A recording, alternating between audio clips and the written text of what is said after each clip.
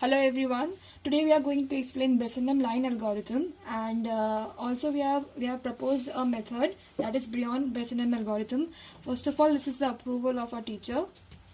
Now we would like to explain Bressenham algorithm.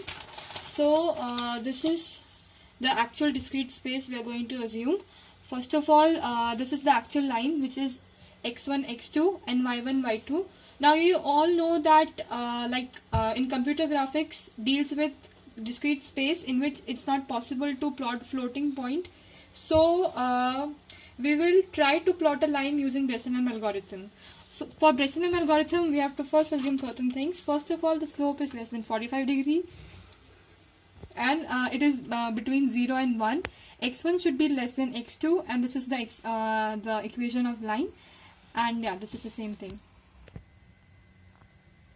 Now this is xi, yi plus 1 and xi plus 1. As this is xi and yi, so if we try to plot this line, then you can see that it will come like, if we want to plot this point, then it will be a floating point. So our in graphics we can't deal with floating points. So to overcome that, we'll use this, like you can see that there are 2 points, yi plus 1 and xi plus 1. So in Bressenham, we suppose that xi will be incremented by 1 always, and y will be incremented based on the value which we'll get for x. So to get the value of y, we'll plot xi here and get the value of y. So if we try to solve it by this equation, then it will give us a floating point. So what we'll do is we try to plot a zigzag pattern which will look like a line. If we'll zoom out that thing, as you can see, now what we'll do is we try to find these two distances. Suppose this is d1 and this is d2. So after finding d1 and d2 from these two equations, we'll find that where this line is closest to this point. So our line should be look like this, not like going straight. We have to do all these things again for all these discrete space too, so that we can get our line. Now this is the case just for a slope less than or less than equal to 45 degree. So if we want to draw like a line like this where x1 is greater than x2, then what we have to do is, in our algorithm we are changing our x, like x1 is this point and x2 is this point. But if we want to draw the line which is having a slope more than 45 degree, then we'll interchange x coordinates so that we can get the exact opposite thing. Like suppose this is our y axis and line is going like this, so difference here is more. So we'll try to interchange that thing and plot our line. So for plotting a line, we'll consider 4 cases. These are the 4 cases. So now we will consider the first case, and for that the coordinates are, as you can see, 100, 500, 200 and 250. Now we'll run the code.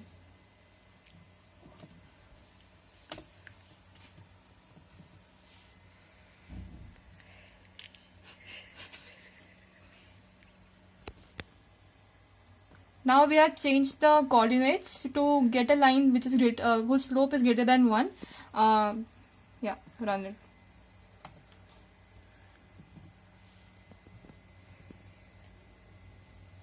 So as you can see the line.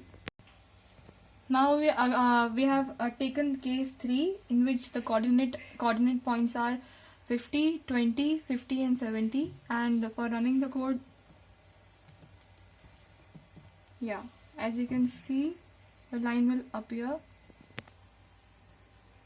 Now for the last case, points are 150, 20, 50 and 20, and now we'll run the code.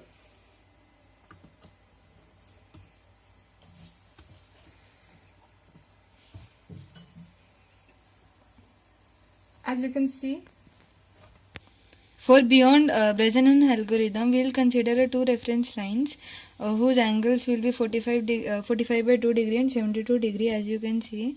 Now what we'll do is we'll find the deviation of this line from these two lines, and for finding the deviation we have to find the theta angle. To find the theta angle we will use this formula, tan theta plus is equal to plus minus m2 minus m1 by 1 plus m1 m2. Now as we know the slope of these two lines and we know the endpoints of these two lines, so we will be able to find the slope of this m2 and we know this slope, so we will be able to find this deviation. After finding the deviation, what we'll do is we'll find the y coordinates as we have the theta angle with us. So now what we'll do is, by creating threads, we'll plot all these dataset points at one stroke, but right now we haven't find the solution for that, so we are working on that and we'll show it to you later on.